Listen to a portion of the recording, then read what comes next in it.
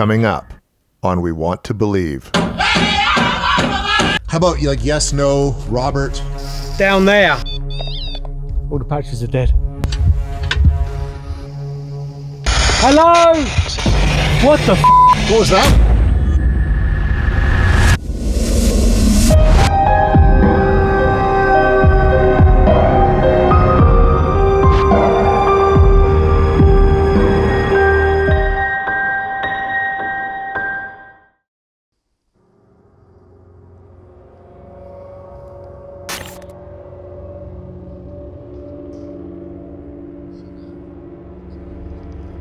Around here would like to make their presence known.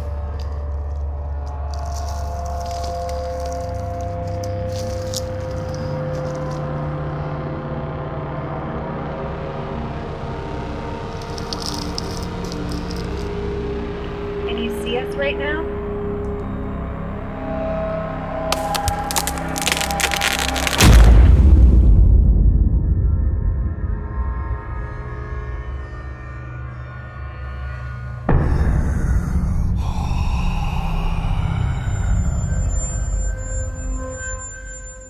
I'd like to thank you for watching We Want to Believe and ask that if you enjoy our show, please subscribe to our channel right now, like this video, and click on the bell so you can be notified each time a new video goes up. Now back to the show.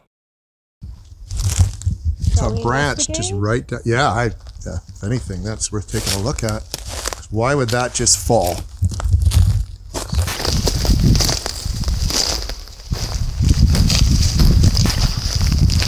So you have, this is the tree we found that fell down. Look, signs of a demon right there. Demon dropped the tree on it. It has 3 scratches in it, so it must be a demon.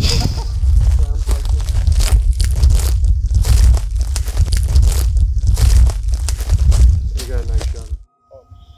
Squeak. So it is picking up our frequencies then? It's picking up the RF.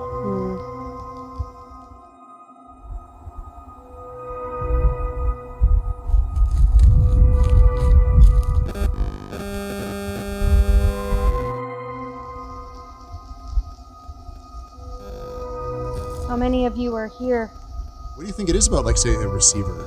I think again, it's the it's that voice, the apparition's voice. It's being projected at that certain frequency. We use voice recorders because we know it's at a certain volume level, but also as well at the same time there's an emphasis of the voice being projected on a radio frequency as well.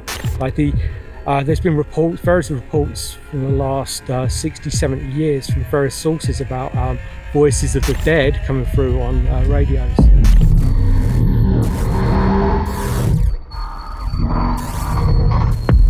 Who are you standing closer to?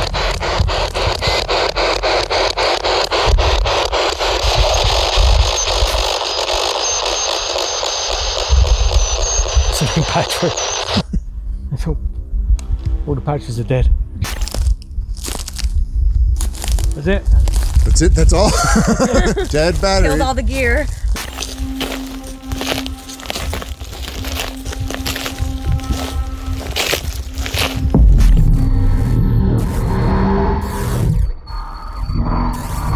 As we're driving around, I saw this tombstone on the side of the road, and it wasn't like a super old one or anything like that. I think the date on it might have been 2006 of date of death. I'm not 100% sure. It had a name of like Robert Backer on it, which I found interesting because as we were doing the investigation that day, one of the names that Peter had been kind of calling for, if there was this person there, was somebody by the name of Robert.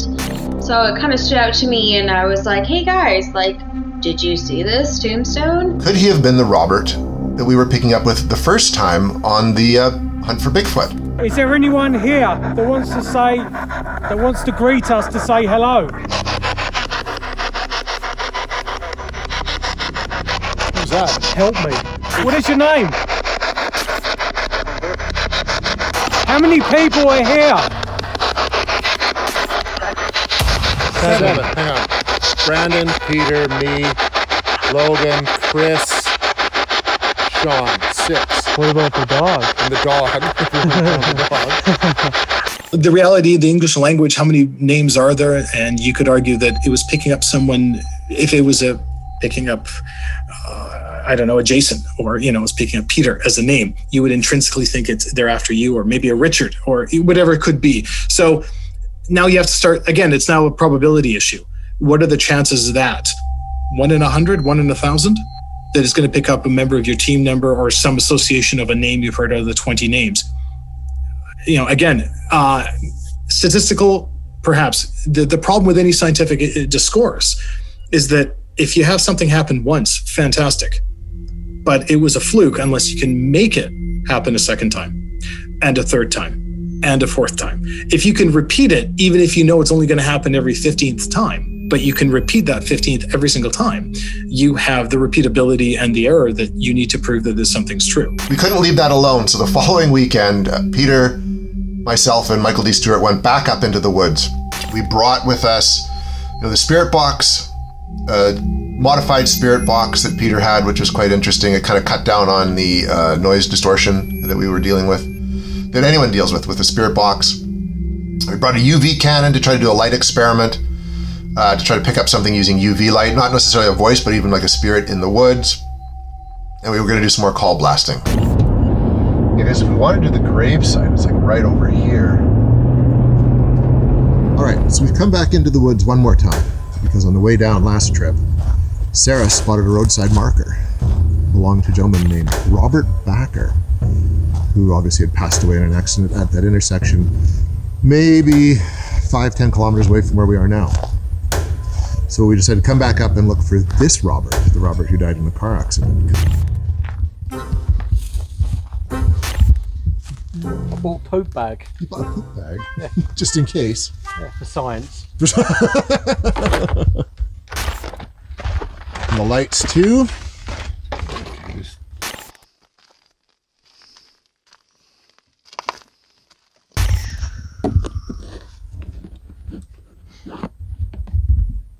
It's my Betty Crocker device.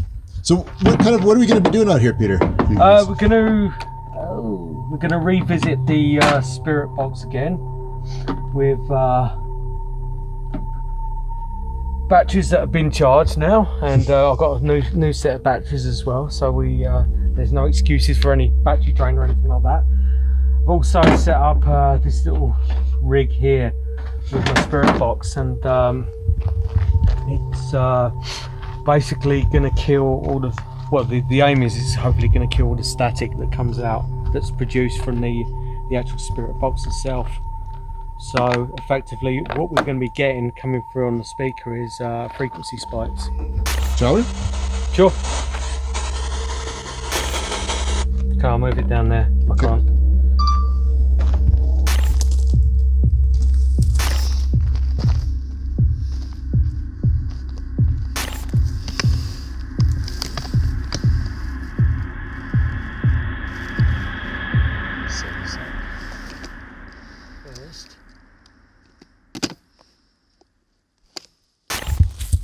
Should I put on there yes or no, or? So how does that work, Peter, this thing? Basically, just a basic emphasis is we're going to ask for if there's anyone around us to move the arrow around. Okay. We can put something on there, yes, no. I think. John, Fred. How about like yes, no, Robert, car accident? Let's just try yes, no. Oh, okay. Let's keep it simple.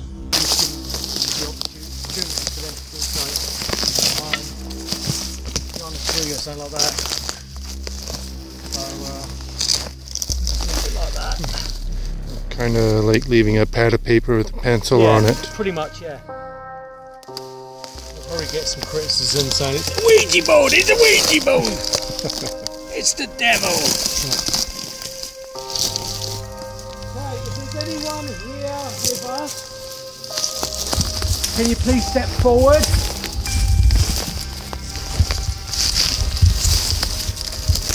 We have a whiteboard down there with an arrow down there. If you would be so kind can you give us an acknowledgement that you're here? And can you go over and move the arrow? If your name is Robert, can you please move the arrow to Robert? If it's another name, please point the arrow to another name. If it's if you just want to put yes that you're here, that's fine too. If you want to put no, that's fine too. So yeah, if you just over there, just by the side of the tree, please go over there and move the. Feel free to move the arrow. You can put one up there and one down there. Okay. Do you want to do one up there? Yep. Just so it's a nice eye. Sir?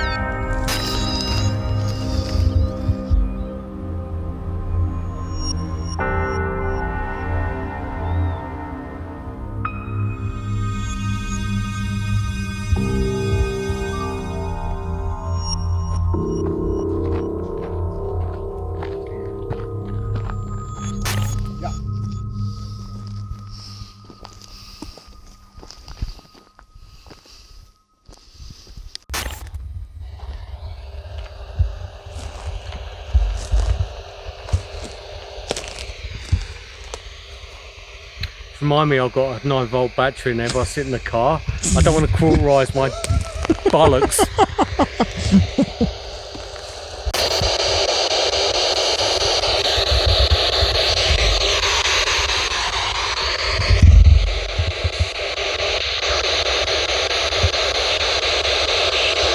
Just let it run for a minute so we can...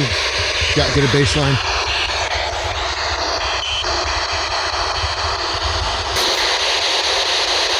Robert Backer.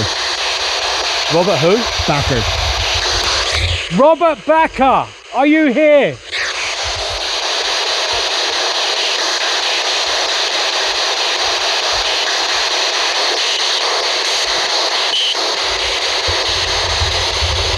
Is there anyone else that wants to make their presence be known?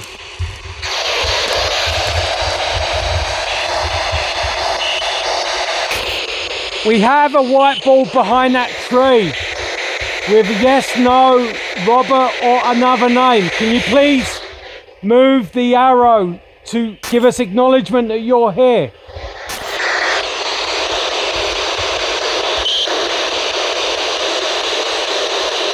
Tell you what we'll do is, I forgot some of that native music. We can just try that again and then start that again, see if we can stir anything Sure. up. Let's take a look and see if anything showed up on the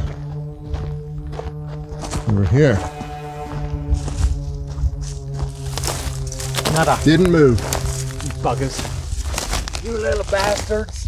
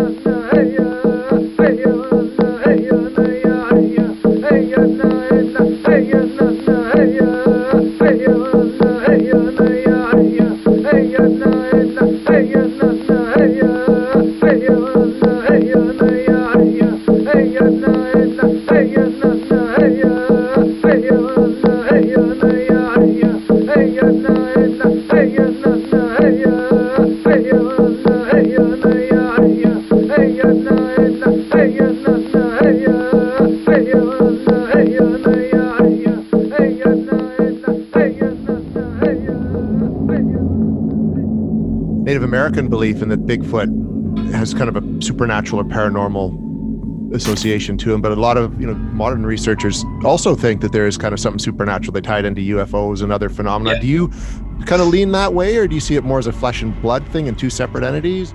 Native Americans, they refer to as flesh and blood and spirit. They never, as extraterrestrial. But then at the same time, when we think about that, the extraterrestrial lingo, came years later down the road. So what they could have been seeing could have very well been extraterrestrial.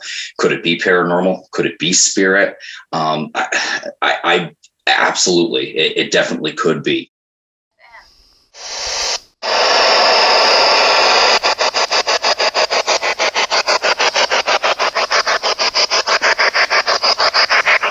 Does anyone want to come forward and say hello?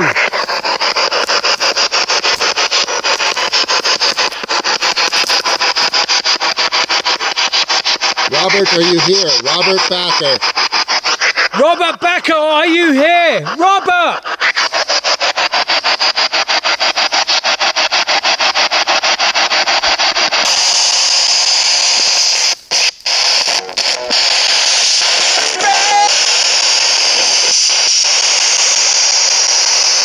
Right at them. Too much for this.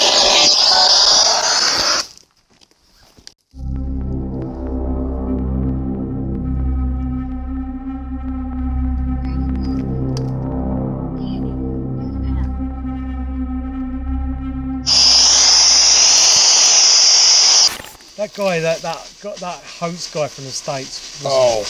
Baggins? No, he's made like he's got all these devices out. Okay, I know who you're talking about. What's his name? Bald guy. He's got one of those set up in a box with like a plug-in on the side, and he markets them between $400 to $600. Oh shit! You made that. Well, it's about all of that. There is about $50 worth of gear. Good God. I wonder why sometimes the paranormal field gets a bad reputation. Yeah, I know. They totally do. Can you give us your name, please?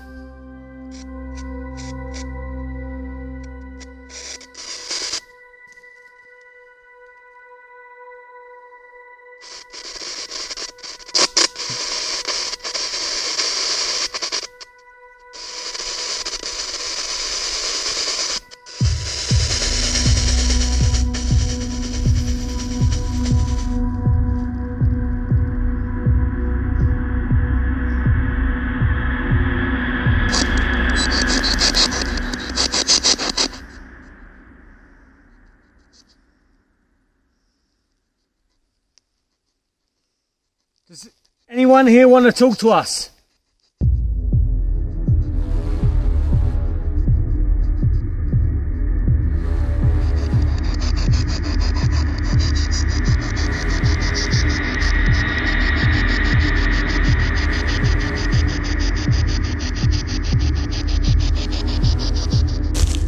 Did you move it? It was a little bit frustrating just because we weren't getting anything. And much like when we were up there with Sarah, just nothing was happening.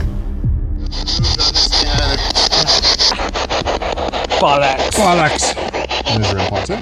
Kind of backed up what we had experienced when we were out there on the hunt for Bigfoot, which we'd got stuff immediately. I don't know if the season was different, maybe the chaos created by wildfires. I don't know. Or there was just nothing there to begin with. Well, should we do the light thingy? Yeah, I'll keep the spirit box in my pocket. Okay. Just in case. What? How do you turn the light on this? There isn't one. That's why we're going to go get the lights up there.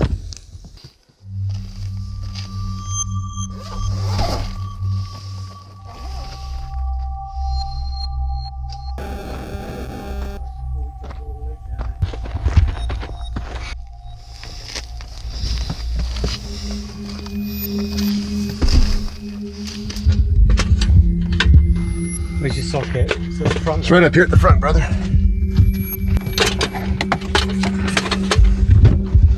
So what does the light cannon do, Peter? Just basically projects. There's this particular cannon's got a crossover between LED and UV. I bought it for the UV quality of it because I simulate with light on investigations.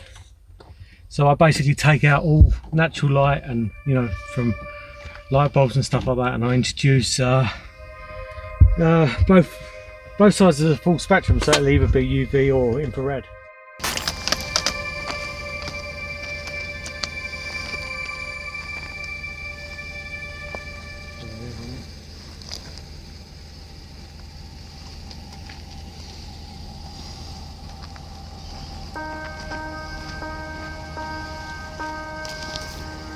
I'm thinking of Peter, if we sort of send them off into there, we'll get something pretty interesting.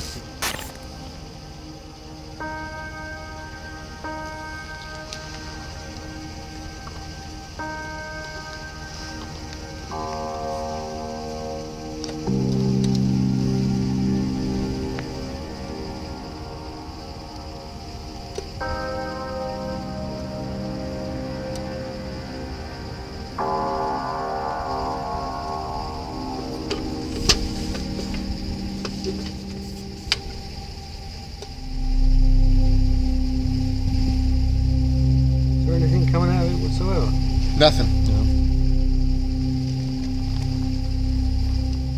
Oh, now it is. Yeah, right at your feet.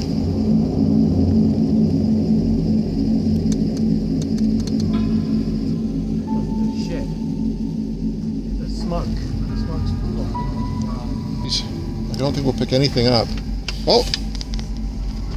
That light's got to go off.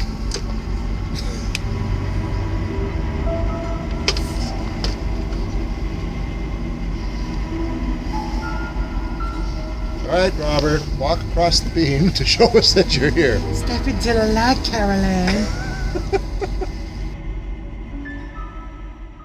We tried the UV cannon when it was pitch black out, but there was so much smoke in the air, it was impacting just the luminescence, I guess, from the UV cannon,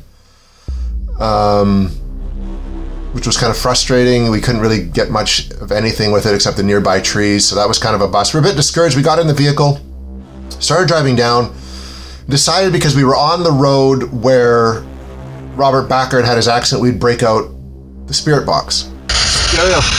What's that? Look what's playing on the stereo. Spirit box.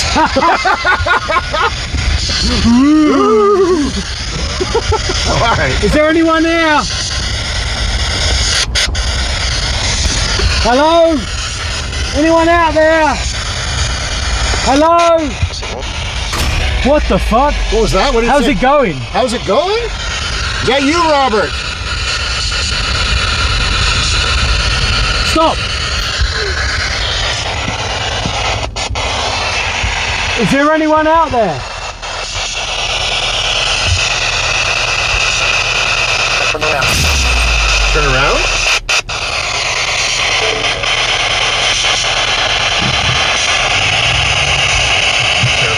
Go back up a little bit. How far back do you want us to go?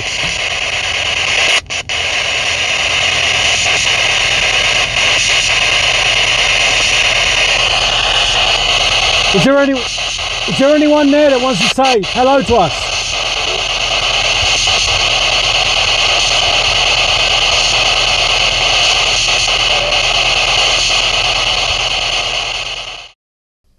And we actually got a voice, one lone EVP, our only one on this whole adventure. It told us to turn around. On the road, where Robert Backer had died in an accident. I decided to turn the spirit box on, and we got turn back, was it? And there was turn back, and I thought, what else is it? Do you remember? There's that plus just some it's hard to make out kind of stuff, but Yeah. the turn back was the clearest. Yeah, that kind of jumped out, which is really weird. And like, I was basically howling out the window questions. You know, if there was someone camping by the side of the road, they'd probably think we're a bunch of lunatics.